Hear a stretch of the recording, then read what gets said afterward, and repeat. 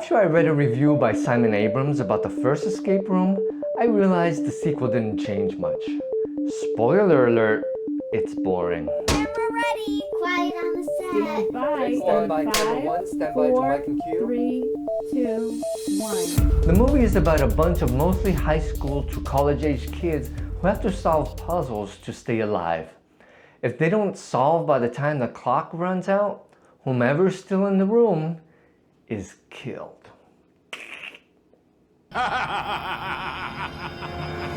The main problem with the script was that only a few times was it new and surprising. From the beginning, the audience is conditioned to expect complicated puzzles with coded messages that go from one step to the next in a seemingly unending, unsolvable situation, which nevertheless winds up being solved. Surprise, surprise. One character always has to die or disappear, such that in each scene I found myself asking, okay, which one will die next? And then I'd guess that man, no, that woman, no, that guy. Sometimes I'd be right, sometimes not. The main character, Zoe, played by Taylor Russell, of course never dies. Not that I wanted her to die, but the storyline makes it too predictable. Thumbs up for the script. Thumbs down for the script. The acting was pretty bad and rarely are the characters believable. Thumbs down. Aside from the expected sound effects, it seemed like there was a music track playing during the whole movie. Many times I thought the storyline would have had greater effect without music. I also noticed that the music and sound effects often drowned out the dialogue and distracted me from what was taking place on screen. This seems to be the trend, as I've seen other movies recently that used the background music track that detracted the viewer from the storyline. The Green Knight is one of those movies, which I will review in another episode. It's as if directors know the storyline needs more pizzazz or punch, so they have editors add music. Sadly, the music and effects only made the movie Escape Room worse than it already was. Thumbs down. While I liked the special effects, I thought there was way too much going on in each scene. Too many moving parts, figuratively and literally, and not very believable at all.